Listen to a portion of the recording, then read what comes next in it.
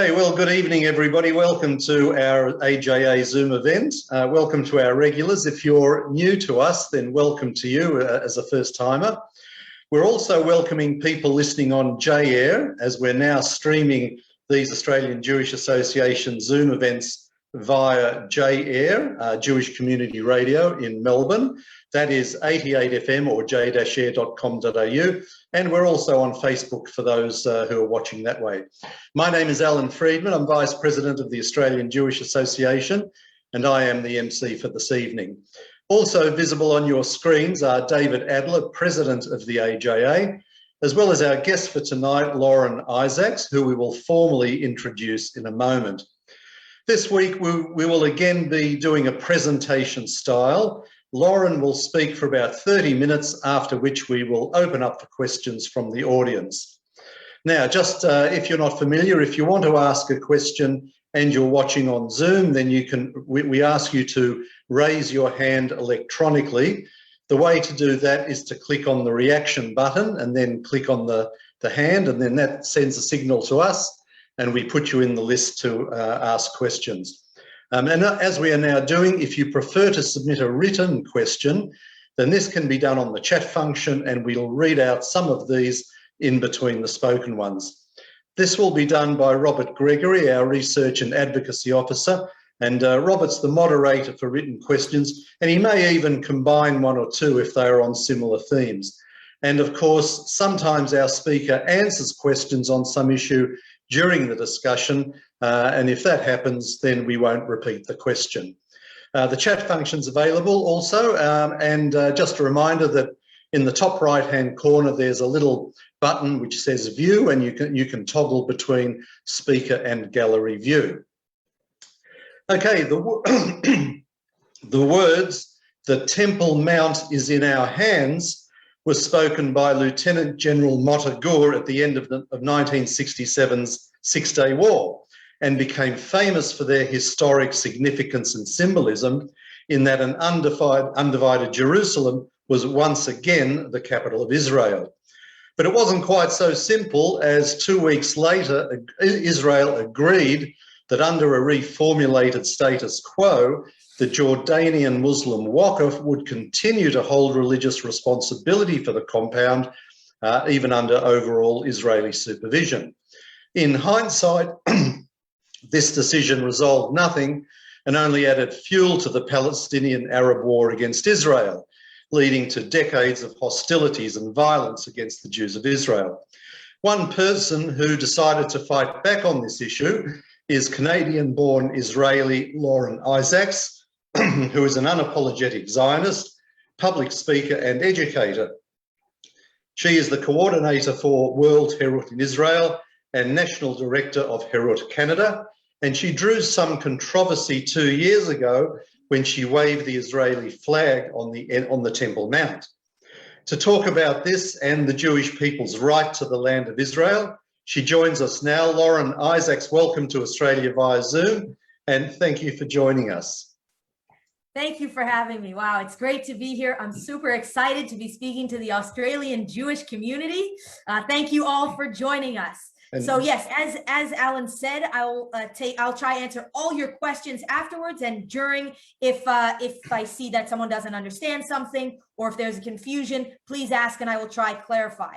So the first thing I'm going to do is share my screen, and then we will get started. Okay, can everyone see? Give me a thumbs up. You can see the PowerPoint. Yes, excellent. Fantastic. So today we are talking about discriminatory land laws, specifically the Temple Mount and Judea and Samaria in Israel. My name is Lauren Isaacs, and I am super excited to talk about this stuff with you. All right, let's begin. So we hear a lot about Israeli apartheid, this Israeli apartheid, that. Israel is demonizing other people. Israel is oppressing Arabs or Palestinians or non-Jews. This is what we hear all the time on university campuses, in the media, in high schools, everywhere we're hearing this. And what's our usual response, right? What do we say when we hear Israeli apartheid? Well, our usual response is to say, no, Israel is not an apartheid state. Let me prove it. We have Arabs in government, and we have Arabs in the Supreme Court, and the third largest party in the Knesset is the Arab government, and my doctors and my nurses are not Jewish. And we have a gay pride parade, and Israel tolerates everyone. This is the usual response we give to the Israeli apartheid claim. I don't want to give that response today, and there's a time and place for that, but I don't believe that this is the time, especially in the socio-political climate we're in right now, where the media and universities as institutions viciously attack Israel on a near daily basis. I don't believe we should be giving those answers first and foremost. Why? Because it's defensive. We have to stop being defensive. We have to stop defending our right to live. We have to stop defending our right to exist. These are our basic human rights: the right to exist, the right to self-determination, the right to freedom, safety, and sovereignty. These are basic human rights that are afforded to every nation on earth, except for the Jewish people. We are challenged in that. We are told, no, we're not allowed to self-determine. No, we're not allowed to just exist. We have to defend our right to exist. That, to me, is unacceptable. So we have to answer this question, the accusation and all the accusations surrounding it about Israeli apartheid. We have to answer it in a different way. And what's that way? Well, let's focus on where the real issues are. If you want to talk about even a concept remotely close to apartheid or discrimination in Israel, we must talk about Judea and Samaria, the land laws therein, and the Temple Mount. We must talk about the blatant, daily, transparent oppression against Jews and only Jews in Israel. Now, this is not to disparage Israel as a land. You guys don't know me, but I'm an Orthodox Jew. I'm a proud Jew, a proud Zionist. I love this country. I love this land. I love this state. I'm sitting in Jerusalem right now, and I could not be more thrilled. However, that doesn't mean that I am not going to recognize that there is very real discrimination against Jews in Israel. It doesn't take away from my love for the country or the land, but we have to address it. And this is where the conversation should be. Next time you're on a university campus, next time you're on a Facebook conversation with someone, next time you have the opportunity to speak out about the Israeli apartheid or the Israeli occupation argument, those lies, don't be only defensive. There's a time and place for that, but talk about this. Here we go. That's me on the Temple Mount about a month and a half ago, 2 months ago. And what was I doing there? I was waving an Israeli flag. Now, the Temple Mount, if you don't know, is the holiest spot in Judaism. Many people confuse it and say the holiest spot is the Western Wall for Jews. But in Judaism, the only reason the Western Wall is actually holy at all is because it surrounded what was once our two temples, the two Jewish temples. Now, I was on the Temple Mount, which is in Jerusalem, in Israel, and I opened up an Israeli flag. This was 2 months ago, and I held it open for about 30 seconds before the cops got to me, and they confiscated the flag, and they said, come with us, the tour is over. I was with a Jewish group, and they said, you're under arrest. And I said, really? Am I really under arrest? Because I'm a good girl. I've never been in trouble with the law before. So this is the first time in my life I'm hearing these words. And they said, yes, you are under arrest. So they removed me from the Temple Mount, and we went through the whole procedure with the paperwork, and they gave me a good berating about why what I did was unacceptable. And basically, I was banned from the Temple Mount. I am still banned, actually. And my lawyers are involved, and we're trying to get the ban lifted, but I am currently banned. Now, it is illegal under Israeli law and Jordanian law to open an Israeli flag on the Jewish holy Temple Mount in Israel. I know, it's mind-blowing. It's mind-blowing that that is illegal. And it is the year 2021, so I couldn't believe it myself. But this is the reality. Now, the Temple Mount is the most blatant example of discrimination against Jews in Israel. This is when everyone talks about, is there discrimination against Jews? Temple Mount is immediately what they cite. But let's go further than that, because the Temple Mount is not the most egregious example of discrimination against Jews. So in order to do that, let's quickly go through the Jewish legal rights of the land of Israel. Now, I'm not going to go through this in detail. I give an entire 1-hour presentation on this, why the Jewish people own the land of Israel under international law. But all that's important to note is that these are the 5 fundamental laws, international resolutions, and mandates that give the Jewish state the legal rights to the Jewish land of Israel in modern contemporary understanding. And we're going to focus on the mandate for Palestine, which is one of those international laws that's pertinent to our discussion today. So, quick history of the land of Israel. In 1948, the British mandate ends. What was the British mandate? It was simply a babysitting agreement. It was a babysitting agreement that the British got administrative control over the Jewish land of Israel until the Jews were ready to self-govern. Until we got our acts together, the British would administer the territory and watch over us. Okay, so in 1948, we were ready. We were ready to self-declare and say we're ready to govern ourselves in our ancient holy land. This was legal. We legally and sanctioned declared independence, and all the land west of the Jordan River was supposed to be the Jewish homeland. Actually, before 1920, also all the land east of the Jordan River was supposed to be part of the Jewish homeland. All of Jordan was supposed to be part of modern-day Israel, but that changed in 1920 when the international world appeased the Arabs because there were a lot of riots, and they were the Arab world was unhappy with the amount of territory that the Jews were getting for the Jewish homeland.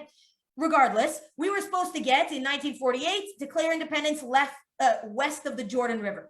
Now, in that same moment in 1948, I'm sure you know, we were attacked by 6 Arab armies very illegally, and not only 6 Arab armies, but their allies all over the world helped to attack us.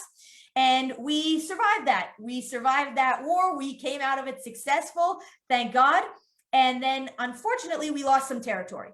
From 1948 to 1967, in those 19 years, unfortunately, Egypt occupied Gaza illegally, and Jordan occupied Judea and Samaria illegally for those 19 years. At that time, there was nothing called the West Bank. The only reason we have the term West Bank now is because in 1949, Jordan named that area that it was illegally occupying, that it was illegally stealing. They renamed it the West Bank. As you know, the West Bank is on the eastern border of Israel. It is not on the west. Why is it called the West Bank if it's on the east side of Israel? It's because it is the West Bank of Jordan when they illegally stole it. Anyway, regardless, eventually in 1967, 19 years later, thank God, Israel liberated those territories. For the most part, we reunified Jerusalem. We kicked the illegal Jordan occupiers out. For the most part, not entirely. Why? Because Jordan's rule of land, their land laws still remained in our country, in Israel. Now, before we get to that, it's important to understand that Jordanian annexation of Judea and Samaria and East Jerusalem at that time in 1948, when they illegally attacked us, it was universally condemned. Not a lot of people know this, but actually all member states of the United Nations and all member states of the Arab League universally, internationally, and publicly condemned Jordan invading Israel at that time. Now, obviously, our memories are very short in history because the world has forgotten that that was condemned and that that was illegal and it was inhumane, and it was honestly ridiculous at the time to invade the nascent Jewish state. The only people who were actually okay with it at the time were the British, who created Jordan at the time, and Pakistan. And we know Pakistan is a whole nother bag of issues we can talk about, but they were the only ones who didn't condemn Jordan's annexation of the west of Judea and Samaria, which they named the West Bank. All right, it's important to know that. Now, when Jordan came over the river and illegally invaded Israel at that time, after that war in 1948, they extended Jordanian law into Israel. Naturally, they annexed land, they brought their land laws into that territory that they were holding. Israel did nothing about this, and that was a grave mistake. I would say arguably, except for withdrawal from Gaza, that this was the greatest mistake ever made in Israeli history. So why was not extending Israeli law at that time to the land a huge mistake? Why was staying passive and allowing Jordan's land law to remain? Why was that one of the biggest mistakes in Israel and Jewish history? Well, simply put, land is an expression of a nation's sovereignty. Very simple. Without citing to the Bible, without citing to religion, As I said, I'm a religious Jew, but I never cite to religion because that's a logical fallacy, right? It's an argument to authority. Not everyone recognizes the Bible. So we have to prove things and rationalize our opinions in other ways. Basically, in a non-religious explanation, land is an expression of a nation's sovereignty. We need it. It's part and parcel with sovereignty. So when Israel didn't extend its land law in 1967, what happened? Three things happened. Number one, it was a statement to the world that Israel did not wish to exercise sovereignty in its own legally owned land. That set a precedent from that moment on forever.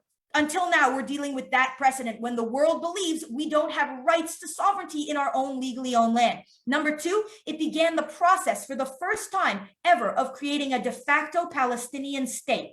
There was no sovereign entity, no Arab Palestinian state called Palestine. There was no country called that before Israel. It didn't exist. That's fictitious. This was the first time it was our fault. We began to create a de facto Palestinian state. And number three, it created legal discrimination against the Jewish people. My arrest on the Temple Mount is case in point. We can see blatant discrimination against Jews. Not only on the Temple Mount, I want to show you the discrimination with the land laws in Judea and Samaria as well. Here are three shocking examples of discrimination against Jews in Judea and Samaria, what the media calls the West Bank nowadays. So this document you see here on your screen is a real Jordanian law. Unfortunately, we only have it in Hebrew. Most of these Supreme Court documents are not translated into English, not by a long shot. So if you can read Hebrew, you're in luck, but I'll tell you what it says. This is a Jordanian law that is enforced by the Israeli Supreme Court to this day. It says that it is illegal to sell land, to rent land, or to give any property rights to non-Arabs in certain parts of Judea and Samaria. It actually says that word for word. Now, this is not surprising given the fact that Jordan as a country has Judanian land policies. They have Judanian laws, meaning Jew-free laws. No Jews live in Jordan today. Jews are not allowed to buy land in Jordan. It's illegal. Jews are not allowed to buy houses in Jordan or rent property. All this right now is current laws in Jordan. So naturally, again, when Jordan illegally came over the Jordan River, attacked Israel, annexed land that wasn't theirs, they brought these Judanian anti-Jewish laws into Israel with them and put them into practice on the ground. So now we are dealing with the results of that, the consequences of that. These are Jew-free laws that say Jews can't rent land, they can't own land, they can't buy property, etc., etc. This document is upheld in the Israeli Supreme Court today. Now, there are ways around it, thank God. There are shell organizations and different companies that set up in order to kind of buy land for Jews through group organizations in order so that Jews can, in a loophole manner, own land in Judea and Samaria. I'm sure you've heard of some of the organizations who do this. I can send you names of great organizations. But a private individual can't own land. If I want to go buy a square of land, I see a plot of land that I want to buy in Judea and Samaria, I cannot go as Lauren Isaacs and buy that land because I am a Jew. I would have to go through one of these organizations. That's on the books today. The second law that might shock you, that hopefully shocks you, is called Tzav Shimush Mafriya. Don't worry about the Hebrew. It's basically a destructive law, and it means if there is a dispute between a Jewish claimant and an Arab claimant about land ownership in Judea and Samaria, this is a military order called Tzav Shimush Mafriya that will be issued in order to prevent Jews from using the land during the land dispute. Now, it says that it can only be issued in the text of this tzav. The text says it can only be issued against Jews. There is no such law that exists against Arabs. So if there is a dispute, we're not coming even-handed to the table. The Israeli Supreme Court itself favors the Arab side in these land disputes. That, to me, is blatant, shocking, anti-Jewish discrimination. I can't believe that these laws are in practice in the year 2021. The third one is possibly the most upsetting law of all. It's called Ottoman Land Law, Article 78. You can look it up yourself. Again, I don't know if you'll find it in English, but I can send you the Hebrew documents.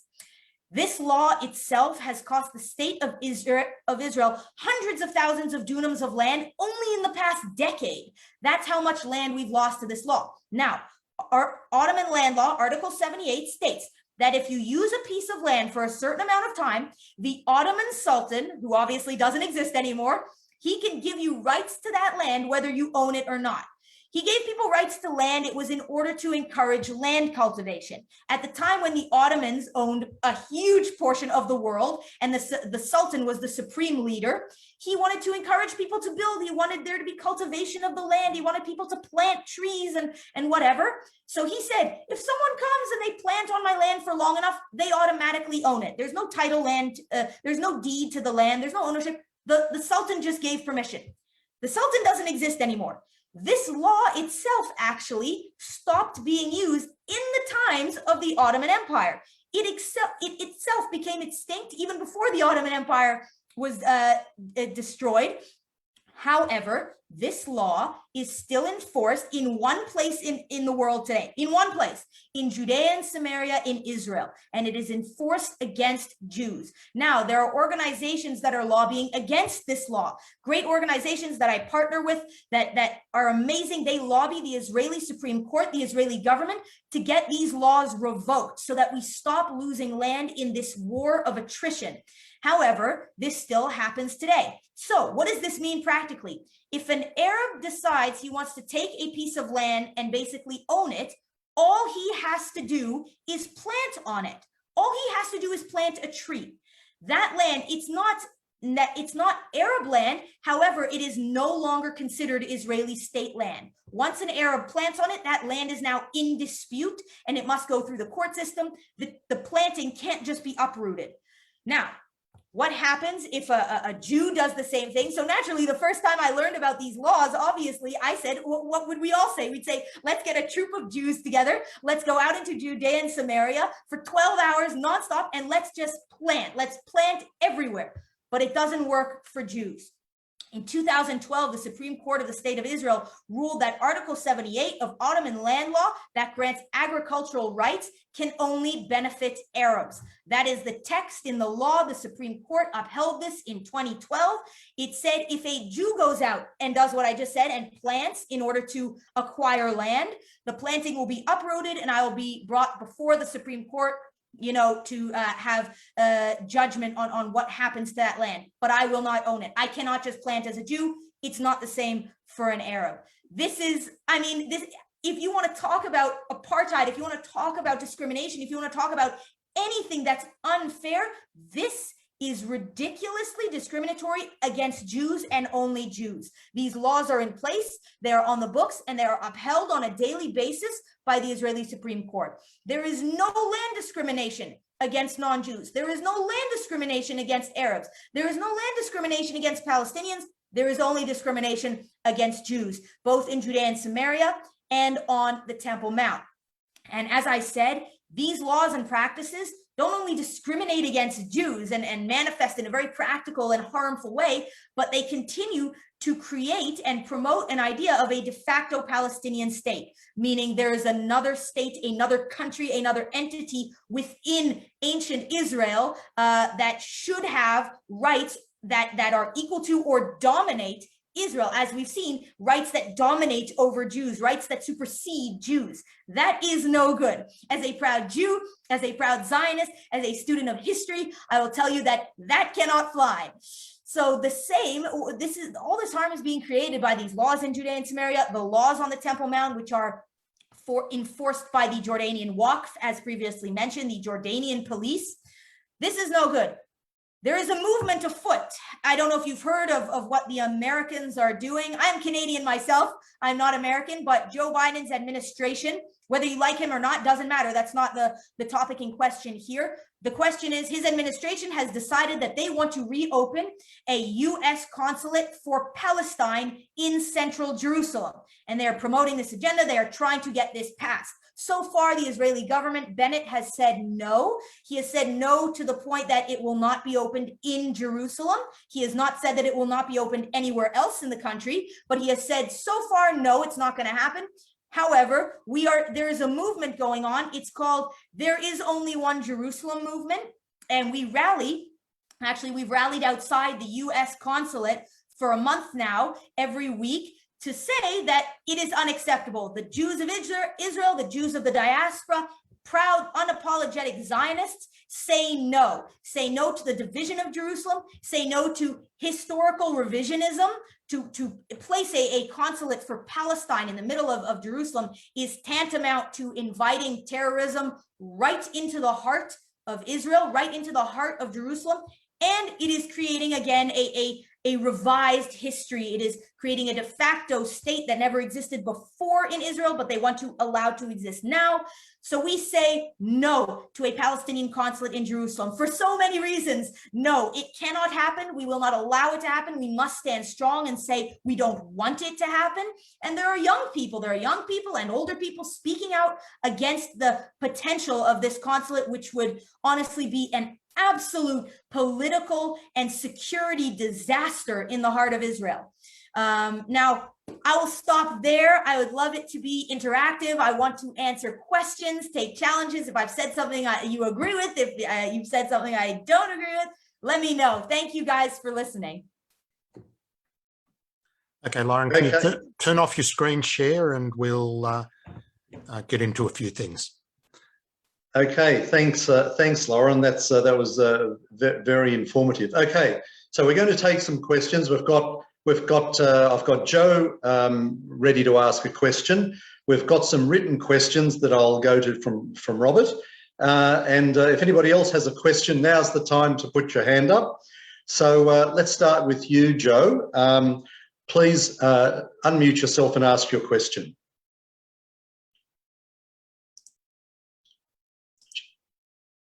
Joe Newman. You need to unmute yourself, Joe. No, he's not quite unmuted. No. Okay, while Joe's doing that, let's take some written questions. So Robert is our AJA person answering organising the questions. So what have you got, Robert? Thanks, Lauren. It's been really good. Just a couple of questions. So when do you think Israel will start to fix some of these mistakes, or do you think they will? Excellent question. And I like how you phrase that. They are mistakes. They are grave mistakes. They've been, listen, there are organizations who are working on it on a daily basis. Really great lobby organizations. For example, I don't know if you guys have heard of the organization Regavim. They lobby the Israeli Supreme Court all the time. Their job is to monitor illegal planting and illegal construction in Judea and Samaria, you know, illegal planting and construction that is taking land away from Jews.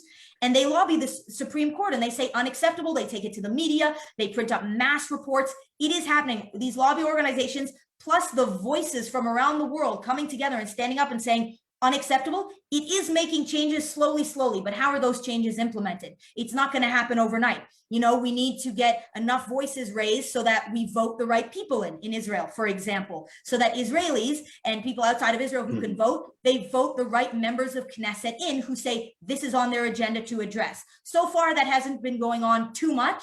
Hopefully in the next government, you know, Israel has a vote like every 5 minutes. They vote in a new government. So in the next government, hopefully there'll be more MKs who want to address these issues. Right now, all we can rely on is the voices of the public. If we make a loud enough stink, hopefully that they address it if we get media attention, and the lobby organizations. I think there's hope. I'm an eternal optimist. I think there's hope. I think slowly we will see changes. It's just about education, and it's just about continuing to voice our disapproval of these things.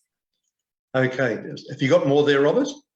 Yeah, so it's a good segue to this question. Does the flavor of the Israeli government of the day have any bearing on the laws? So were things better under the Netanyahu administration, or has it changed much? So absolutely, the Israeli government does impact what's going on the ground.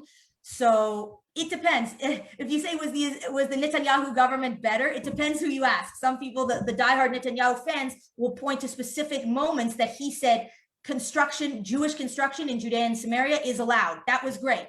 But at other times, he allowed Jewish homes to be destroyed in parts of Judea and Samaria. And that for us was unacceptable. And that was another step in the wrong direction.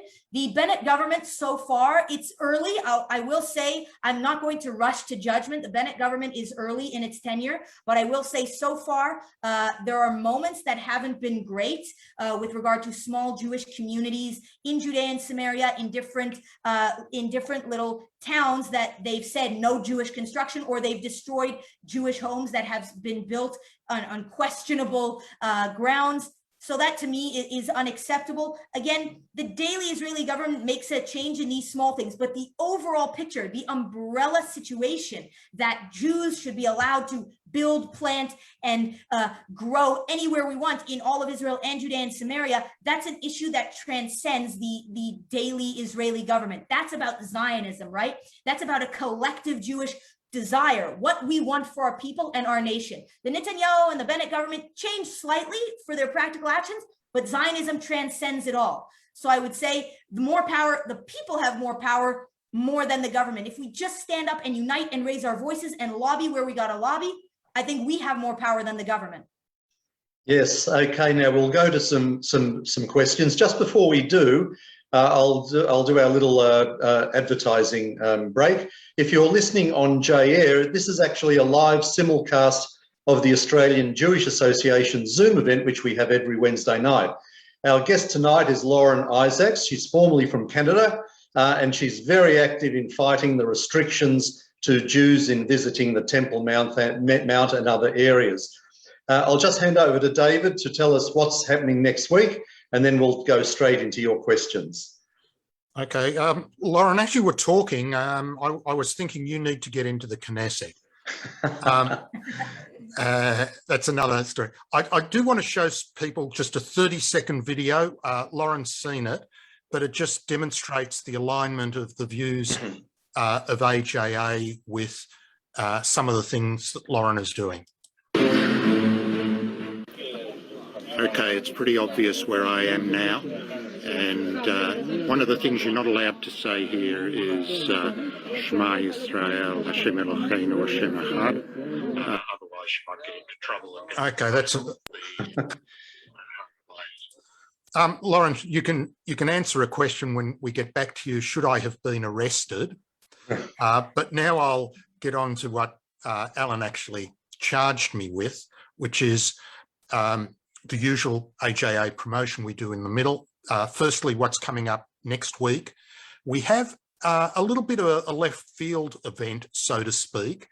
An expert who's done an analysis on the performance of Jewish athletes and has written the book, Are Jews Really No Good at Sport?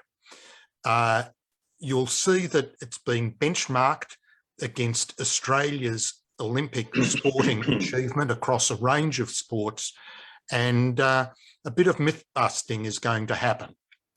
And finally, before you turn off your computers this evening, if you are not yet doing these things, we implore you to do so. Go to the AJA website, jewishassociation.org.au, make a donation, become a member. You can subscribe there to the email list so that you're kept up to date, and make sure you like and follow the AJA Facebook page for the news and views items on a daily basis. Thanks, David. Okay, who have we got? We've got Terry, so please unmute yourself and ask your question.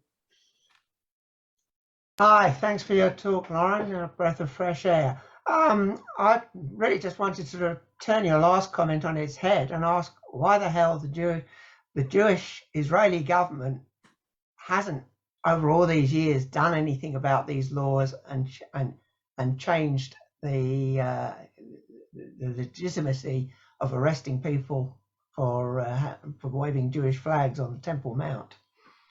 Exactly. It's quite mind-blowing. I agree. It's when I wake up every day and I realize I'm living in Israel and yet I can still get arrested for waving an Israeli flag on our holiest site, it boggles the mind. Why have they not done anything? Because they're afraid. Public pressure. They don't want to change the status quo. They don't want to ruffle feathers. The international pressure is huge. Obviously, I believe that we shouldn't capitulate to international pressure. Again, the international pressure for us to cede land on a daily basis is also huge. And thank God we're not doing that anymore quite so much.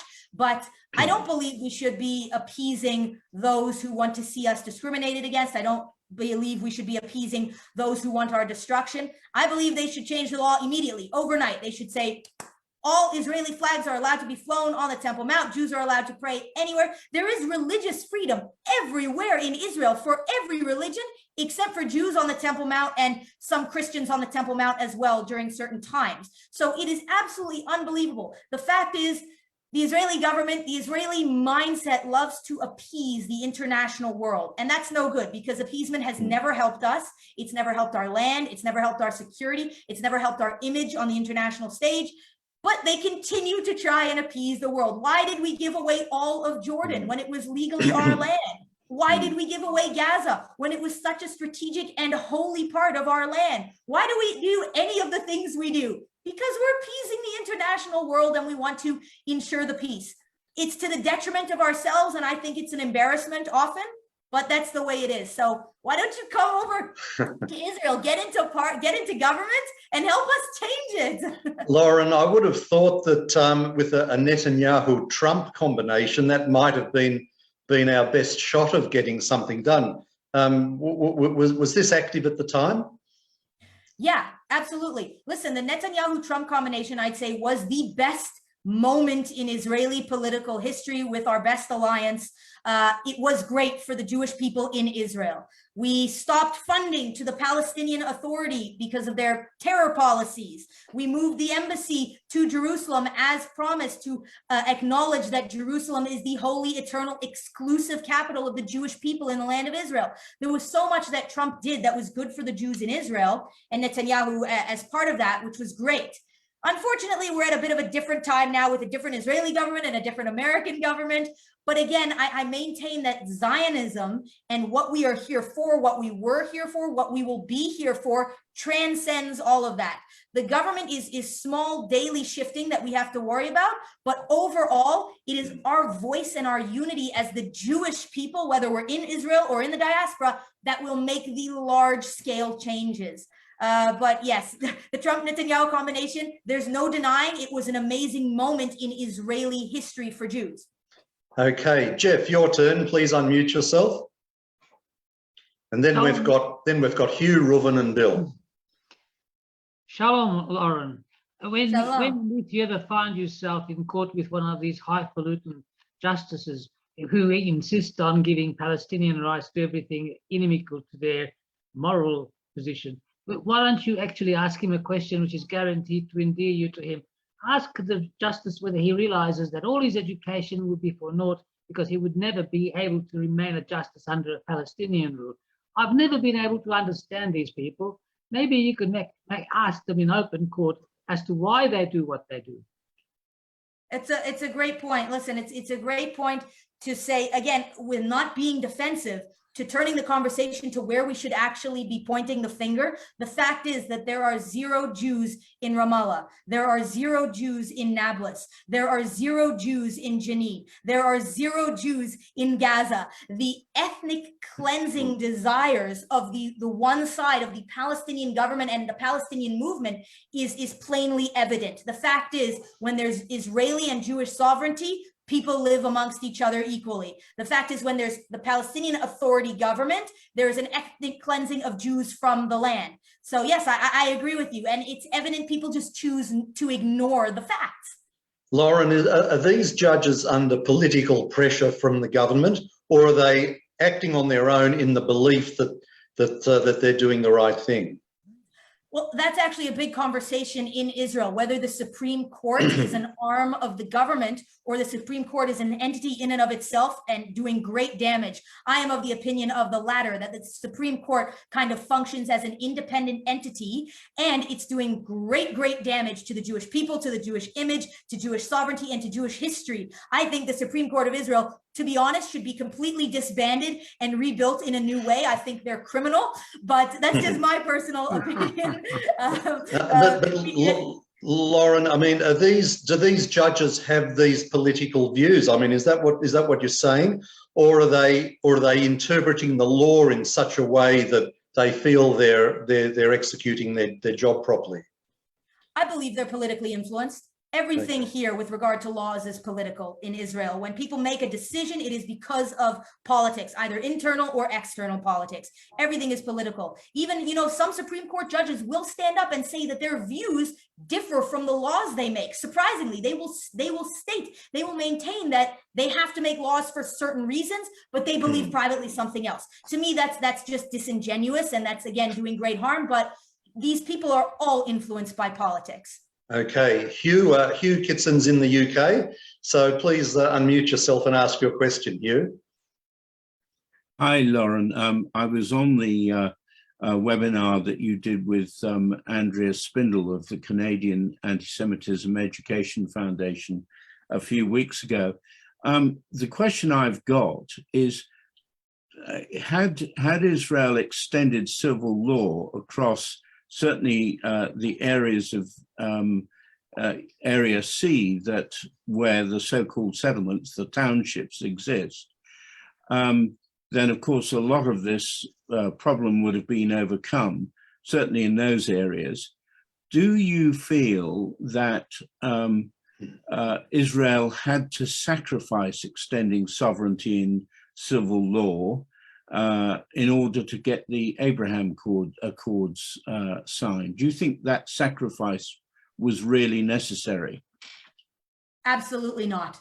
Absolutely not. I don't believe that sacrificing an inch of ancient Israeli land or modern state Israel has ever been necessary. Actually, I believe that the international world hates Israel just the same. And we've seen that by the fact that the chant on university campuses, "From the river to the sea, Palestine will be free." They're not saying in all the settlements in Judea and Samaria, they're not saying, leave us half of Jerusalem and then we'll leave you alone. They're saying from the river, from the Mediterranean to the Jordan River, all of it will be free, Israel will cease to exist. So I don't think that land concessions has ever been necessary. I don't think it's ever been successful. The one argument we could make is the discussion of the Israel-Egypt peace accords, that we could discuss that has been moderately successful in Israeli history. With that aside, every other land for peace agreement, every other land concession in Israeli's history has only brought us more danger, has only caused more civilian lives in Israel, and has only caused us to employ more defense strategies on our borders. I think every single land concession is a mistake. And listen, the Abraham Accords, I believe, would have happened regardless. I think there are nations that understand the truth. I think there are strong progressive voices around the world who are starting to see the truth. And it's a result of us, people like you guys, who are spreading the truth. When there's so much truth and there's so much history and it's so compelling, it's often hard to turn away from. So the facts and the history speak for itself. I believe the Abraham Accords would have gone forward. Maybe it would have taken longer, but to be honest, if in 1967 we had taken full control of the Temple Mount like we should have, and in 1967 we extended Israeli sovereignty in every single inch of legal Israeli land like we should have, I believe the war would have ended just the same. The international world would hate Israel just the same, and life today would be exactly the same as it is now. So I don't believe land for peace is ever a good idea. Lauren, what do you gauge the mood of the Israeli people on in terms of giving land away? I mean, we all agree with you, but what do the Israelis think? The vast majority of Israelis agree. The vast majority of the Israeli citizens are right-wing. They are not for land for peace. They're not for two-state solutions, so to speak. The vast majority voted for Netanyahu in the last election, unfortunately, because of the Israeli coalition government, meaning it doesn't matter that Netanyahu got more than 50% of the country voting for him. The other party was able to make a coalition. So Netanyahu didn't get in. The vast majority of Israelis wanted Netanyahu. They wanted Likud. They wanted right wing. That's what they believe. They kind of sit where we sit. Maybe not to the point that I'm saying, take sovereignty of the Temple Mount tomorrow. I think some Israelis would say that will cause a third intifada or a world war, and they want to avoid loss of lives. But most people sit firmly in the right-wing camp here and know that it is ancient Jewish land that should not be given away willy-nilly for no reason. And where would Yair Lapid sit on this issue, do you think? That depends. If you ask Yair Lapid on Monday or if you ask him on Tuesday.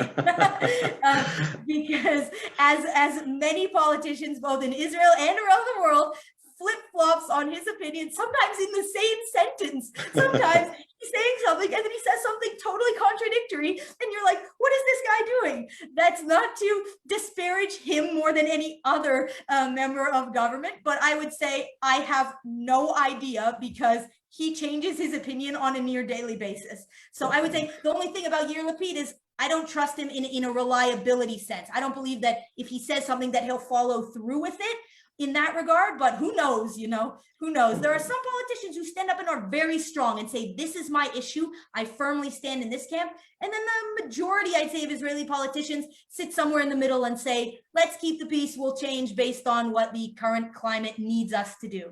Well, I mean, he is scheduled to be prime minister at some point, whether it happens or not, but yeah, we'll see. I think in Israel, we believe there's going to be another election before then. But we'll see what happens. Okay, Reuven, your turn. Please unmute yourself and ask your question. Long time, thank you for your talk. Very nice. Just one clarification before I ask my question, if I may. Nablus Shechem, there is a Jew there, Yosef ben Yisrael. Right. Very good. My question is, recently Bennett announced gave approval to the construction of 1,000 housing units in Area C. Can you expound on that, what it all means as far as taking back our land? I mean, it's under military control, but there are some Arabs that are trying to demographically take over, and yet he's given approval of 1,000. Will that happen? Is it they're definitely going ahead? What can you say about that? So that's a great question. First of all, the way you phrase that, will it happen? That's a question. The approval is one thing, and then will it happen practically is the next step. We hope so. If he follows through with that and actually begins construction of 1,000 Jewish homes in Area C, that would be a phenomenal positive step for the Bennett government. I will say that is something to very much stand behind and be proud of. Now, whether it actually goes through or not, that's a question, but for those who don't know, Area A is fully controlled by the Palestinian Authority. Area B is joint control. It's controlled by the Palestinian Administrative Authority and the Israeli Military Authority. And Area C is fully controlled by Israeli Authority. Now, we don't have jurisdiction. We don't, let's say, we don't give ourselves jurisdiction to build in Area A and B. Obviously, these are the parts that are Judenrein, that are Jew-free, that we say completely we have no rights to. We're not allowed to walk in there. I'm not allowed to walk in there as a Jew, there are big signs that say Jews can't enter those parts of the land. In Israel, Jews can't enter these parts of the land, but Area C, the part that Israel has control over, is the part you're talking about. And yes, Bennett has said 1,000 homes will be constructed. That's fantastic. In the grand scheme of things, it is a small construction project. If you actually think about the numbers, I mean, the numbers of families that will move in there, it's small, but it's fantastic. It's significant, and it's the first step in the right direction if he actually follows through with it. Although Bennett has been in hot water since the day he came into government, because one of his first things that he did was get into a controversy about another small Israeli yishuv in Area C, and he said it was being destroyed and they were moving the Jews out of there. But, we'll see. Listen, hopefully he comes through with it. Again, Israeli politicians, you never know if they're going to do it. Let's wait and see. I'll be happy when it happens. Okay, now, Bill, your turn. Please unmute yourself. Bill is one of our Christian Zionist friends, so fire away, Bill, but you need to unmute yourself. There we go. That's it. Lauren, thanks so much. That was a really passionate presentation. It was fantastic. I wanted to ask you, I've sat on a government committee. You mentioned before about the flip-flopping with politicians, and boy, have we felt the pain of that in Australia, particularly with senior government ministers. And I myself have sat on Media and Communications Committee for the government and have really strong friends of Israel in that group of people, conservatives, centre-right people that are very much supportive of the cause. However, I find myself in what... You need to ask your question. Yep. Well, I find myself in what should be very easier conversations about the two-state solution. Which ways have you found really cut through the best in that very sort of conversations you can have about about that issue? Great question. With regard to two-state solution, listen, I'm completely against it, but the fact is that we don't have to prove that we are for a two-state solution. All we have to do in that conversation is prove that the other side is against it. And the other side is not only against it politically, they are against it violently, they're against it in an anti-Semitic fashion, they are against it by using force and modes of terrorism. Listen, again, as I repeat, from the river to the sea, the fact that Mahmoud Abbas, the Palestinian Authority president, who is in his 17th year of a 4-year term, he's a dictator in the Palestinian movement, he has stated himself that in a future Palestinian state, not a single Jew, not a single Israeli will walk on Palestinian soil. So it's not up to us to defend, oh, we want a two-state solution, let's be defensive, let me show you why I'm so for peace. Remember, let's just show the other side. The other side is violent, the other side is genocidal, the other side is oppressive and it wants to enforce a Judanian apartheid movement. I'm against two-state solution for my own reasons, and that's a whole nother conversation, but it doesn't matter. It's moot because the other side is completely against it. They want the annihilation of the Jewish people and Israel. Absolutely. David, have you got any questions for Lauren? Yeah, sure. Lauren, I'd like you to comment on the your assessment of the Arabs, because we get all sorts of mixed messages. There's a lot of publicity about them being radical and violent, and then we occasionally come across some who take a much more pragmatic view. They see Hamas and the Palestinian Authority as corrupt, and yet Israel might offer a better life. What's your view on the possibility of working with the good Arabs, or what sort of proportions? Yeah, so when I speak, and I speak in generality, and I say the Arabs, the Palestinians, mostly I'm referring to the governments, the leaders of those entities. So when I say the Palestinians, I'm really talking about the Palestinian governments that exist now. That would be the Palestinian Authority, Mahmoud Abbas and his disciples, and it would also be Hamas and their people in Gaza. Those are the two representations of the Palestinian people in Israel. Now, with regard to Arabs, not all Arabs are bad. I don't want to come off as saying that, and that's not true. Not all Arabs are terrorists. There shouldn't be a division where we cleanse the land of Arabs, God forbid. It shouldn't be like that either. I have friends who are Arabs. I have wonderful, as I said earlier, nurses and doctors who are Arabs.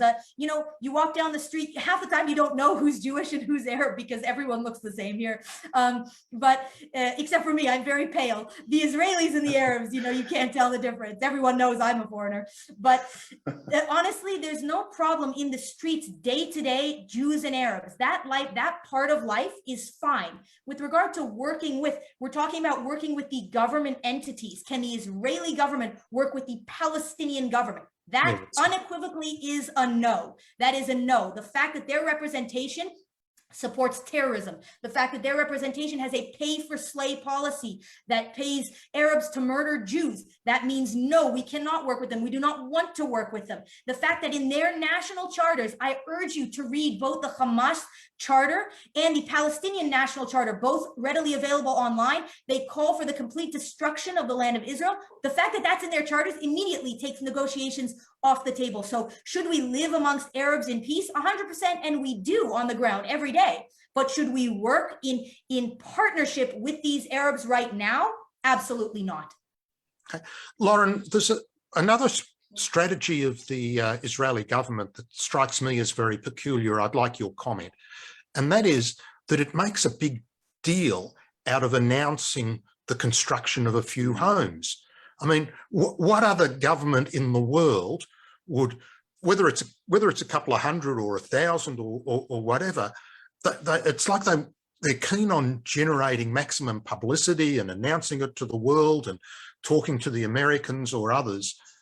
Why don't they just do it quietly and like every other place on earth and just build? Exactly. That's the problem. We're making problems for ourselves and our citizens. The fact is, there should be no talk of settlements. We should never use the word settlements. We should simply use the word homes or houses or communities, like everyone else in this country, like everywhere else in the world. The fact is, we put a negative connotation on what you're doing. As you say, why publicize building a group of houses in Judea and Samaria? Why publicize putting up 10 homes in Gush Etzion? Who cares? Who cares? Besides the fact that this is ancient Jewish land, it is modern Jewish land, it is legal Jewish land. Who cares where we're building houses? I agree with you. We're making a balagan out of a situation that need not be balaganish. I'll say that, you know, we just shouldn't emphasize it. We shouldn't shine a light on it. When we shine a light on something, immediately the whole world gets up in arms about it because we're bringing it to the attention of the media. We're saying this is something that we need to have an uproar about. But if we don't shine a light on it and we just don't emphasize it, no one would know, no one would care, and life would continue as usual. Okay, my final question is, would you like to do a tour of Australia?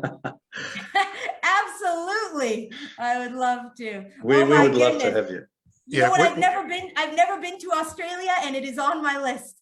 Well, we would like to have you for a speaking tour within the next 24 months. Amazing. Okay, well, there you go, Lauren. That's your official invitation in public. So we'd love to see you. Lauren, I've just got a couple of questions. And you touched on it, and I always get very bothered when we use the enemy's language, and the word settlements is enemy language, and the word occupation is enemy language. And I think that we've been letting this slip through for far too long. Do you think we're actually making some progress and not use and getting these words a little less used? Absolutely, I think so. I mean, the fact that more people are using the term Judea and Samaria instead of West Bank, that's a huge thing. The fact that people are using the term Palestine and Palestinians less and using Arabs and Arab nationalism more, which is more historically correct. Of course, Palestine doesn't exist at all, and the term Palestinians itself is anachronistic and erroneous. The fact that we're using the term, well, hopefully using the term occupation less correctly, you know, it's a big step forward. And I will say, when I was speaking at a university campus a couple months ago, they were saying about the word colonization. And you know how Israel is always accused of colonizing this and colonizing that, and apparently we colonized the moon and the whole world. But they were actually using the term decolonization instead, that the Jews decolonized Israel, meaning we kicked out the foreign invaders who were trying to bring their colonialism to ancient Israel. That's great. And I'm seeing that on different university campuses, that people are actually using that term. Thank God. I think it's great. We just have to keep using the right language. I'll put my information here in the chat as well. If anyone wants to be in touch with me, I really try answer all my messages, all my emails. If you have a question, please feel free to be in touch. Lauren, there's just a question in the chat that is interesting. And is it true that the present government has given Palestinians building permits for massive construction in Area C? Yes, that is true.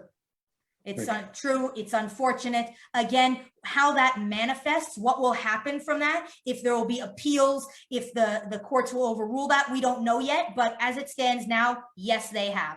Okay, and we had a guest from Regavim a few months ago, and she was saying that they are setting up lots of illegal settlements. In fact, what they're accusing Israel of doing, that the Palestinian Arabs are doing the same. Is that what you're noticing? Absolutely. This is not a war of guns and bombs. We've got the security part down pat. Thank God, since the security fence went up and Israeli military is so amazing and we have the Iron Dome, this is no longer a war of suicide bombs and rockets. This is a war of attrition. This is a war of land. The war is that enemies of Israel are slowly trying to steal land right from under us, using legalities, using loopholes in the law, and hoping that no one even notices.